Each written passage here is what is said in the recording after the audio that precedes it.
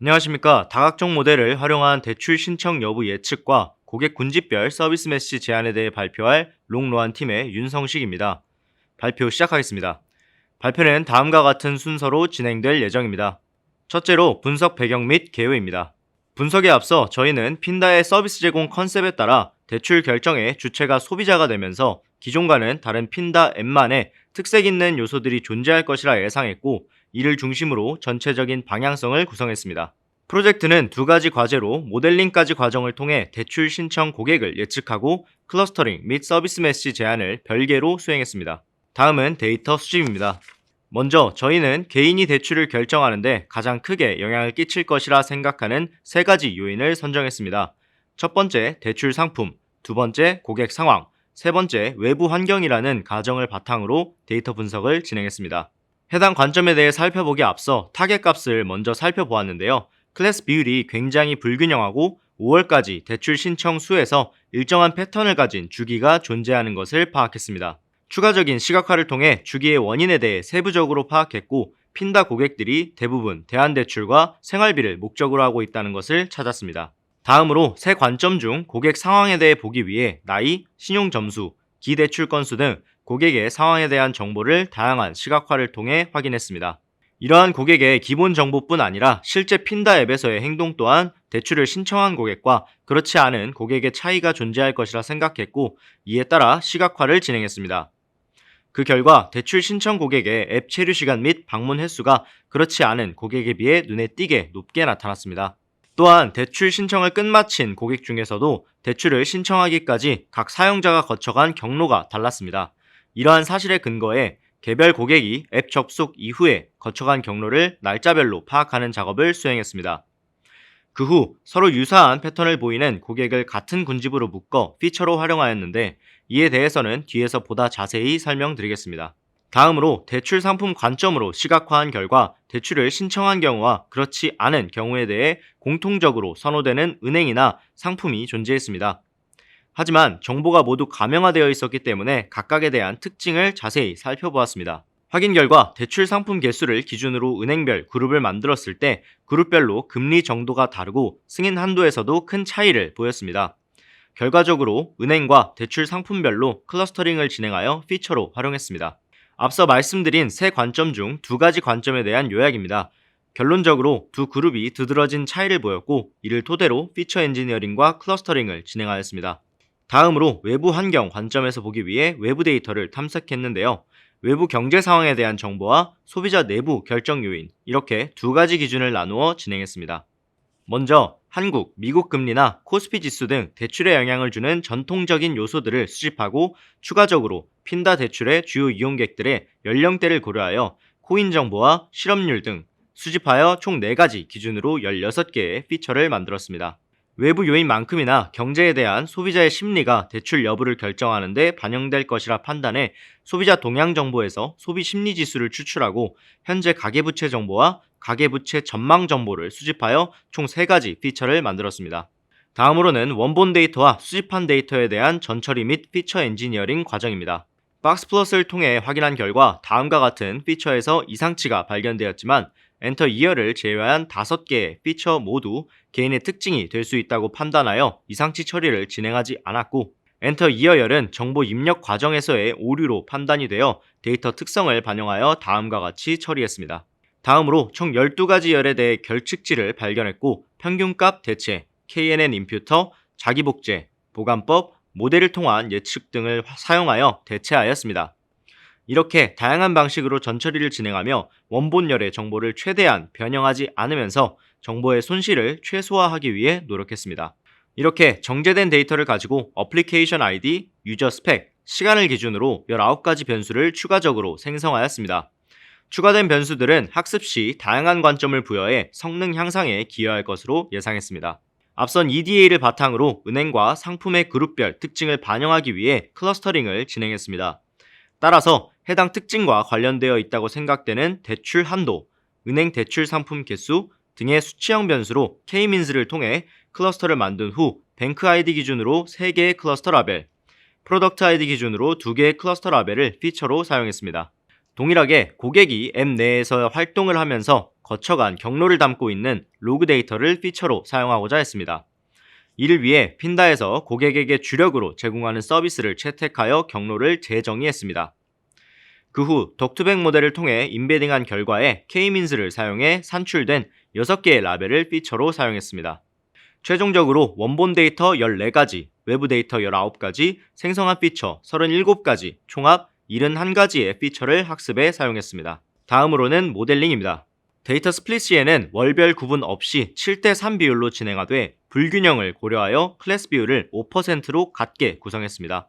추가적으로 밸리데이션 셋 또한 퍼블릭과 프라이빗으로 다시 3대7 비율로 나누었습니다. 해당 퍼블릭 데이터는 모델의 성능을 파악하는 용도이고 프라이빗 데이터는 대회 기간 동안 2회만 확인하며 과적합 방지에 힘을 기울였습니다. 데이터 스플릿 이후 저희는 다양한 모델을 실험했습니다. 먼저 데이터셋의 타겟값 비율이 95대 5인 점을 착안하여 해당 5%를 이상치로 판단해도 무방하다는 논문에 근거해 이상치 탐지 모델링을 시도했습니다. 실 기반 모델과 비지도 학습 모델뿐 아니라 통계 기반 모델까지 실험해본 결과 이상치 모델을 사용하는 것은 적합하지 않다라는 결론이 나왔는데요. 그 이유는 타겟 비율은 불균형을 이루었으나 데이터 분포와 특성은 이상치를 이루고 있지 않았기 때문에 낮은 성능이 나온 것이라 분석됩니다.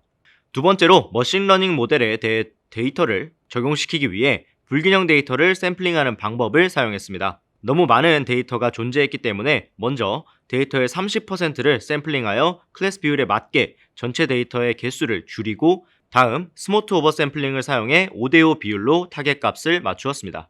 샘플링한 데이터를 토대로 베이스라인 구축을 위해 파이캐럿을 사용했습니다. 성능을 파악한 결과 랜덤 포레스트와 엑스트라 트리 모델에서 스코어가 각각 0.3, 0.32로 나왔습니다. 저희는 샘플링이 오히려 모델의 성능을 저하시켰다고 판단했습니다.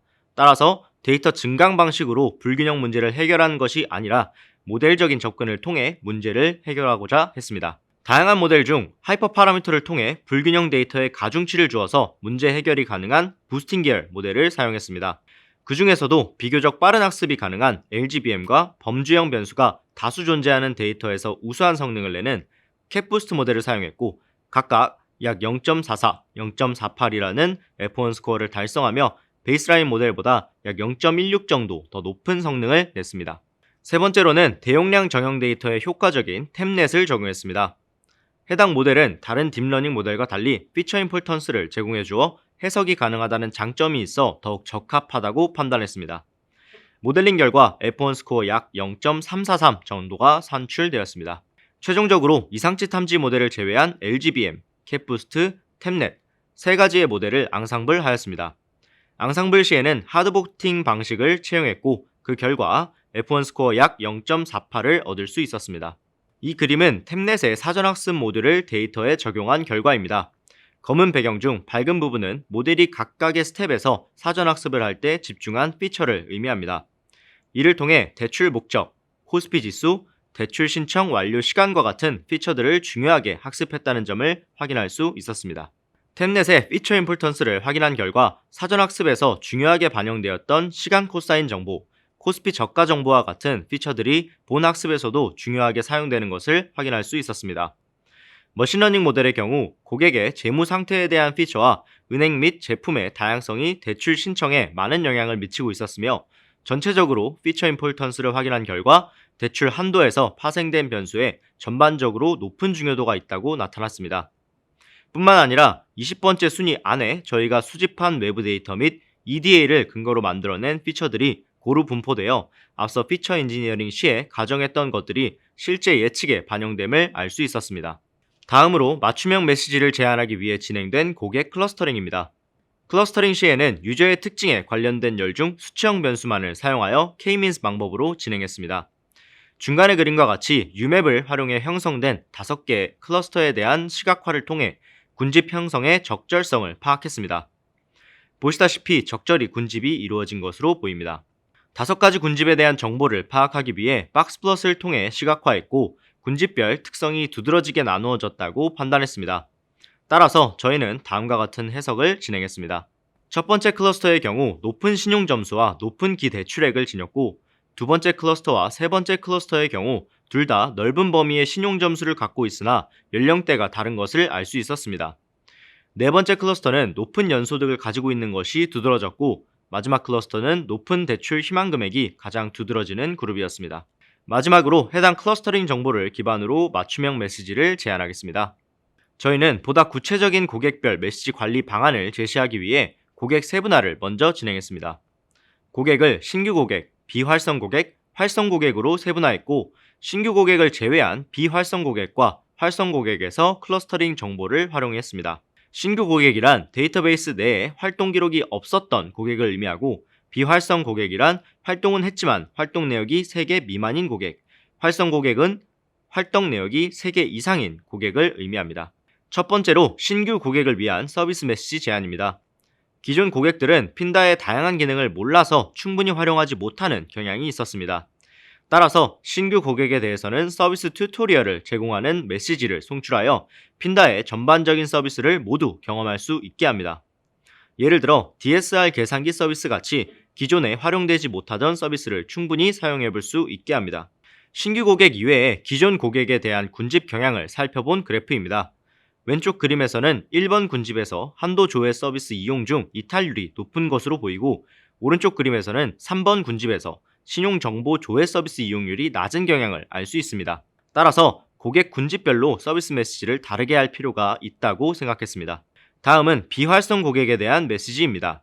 비활성 고객에게는 고객 클러스터별 특징에 따른 서비스 메시지를 제공합니다. 앞서 보셨던 것처럼 유저 스펙을 기반으로 한 클러스터를 통해 서비스 메시지를 제안하면 고객의 성향에 맞게 서비스를 제안할 수 있습니다. 예를 들어 한도 조회 시 높은 이탈률을 보이는 1번 군집에 속한 고객의 경우 접속 시 이탈을 방지하는 메시지를 제공함으로써 더 많은 활동을 유도할 것이라 예상합니다. 마지막으로 활성 고객에 대한 메시지입니다. 앞서 비활성 고객의 경우는 클러스터별 성향에 따른 서비스 메시지를 제안한 반면, 활성 고객의 경우에는 3건 이상의 행동 데이터를 가지기 때문에 다음 행동을 예측하여 메시지를 제안하고자 합니다. 따라서 엔그램을 통해 마지막 행동 이후에 어떤 활동을 할지 확률적으로 예측을 진행한 후 가장 높은 확률의 행동과 낮은 확률의 행동을 메시지로 송출합니다. 아래 예시를 보시면 이전에 같은 행동을 보였더라도 클러스터에 따라 다른 메시지를 송출하는 것을 볼 수 있습니다. 이는 서비스 메시지의 다양화와 함께 고객이 필요로 할 다음 행동을 제공함으로써 고객의 관심과 편의를 증진시키고 어플의 다른 기능도 사용을 홍보하는 효과로 이어질 것으로 예상됩니다. 결과적으로 신규 고객 1가지, 활성, 비활성 고객 5개씩 11가지의 방식으로 고객을 세분화했고, 다음과 같이 실제 핀다 앱에서의 메시지 제안 칸에 고객별로 다양한 개수의 특화된 메시지를 송출할 수 있습니다. 저희가 제안하는 맞춤형 메시지에 대한 시사점 및 기대 효과입니다. 고객 클러스터와 행동 경향을 활용해서 더욱 다양하고 세분화된 메시지 송출이 가능합니다. 또한 기존에 노출이 적었던 서비스에 초점을 맞추며 해당 서비스의 노출 증가와 이용 가능성 확대에 기여할 수 있습니다. 마지막으로는 유저의 행동 사이클을 순차적으로 접근하며 다음 행동을 예측하려고 시도했다는 시사점이 있습니다. 이상으로 발표 마치겠습니다. 감사합니다.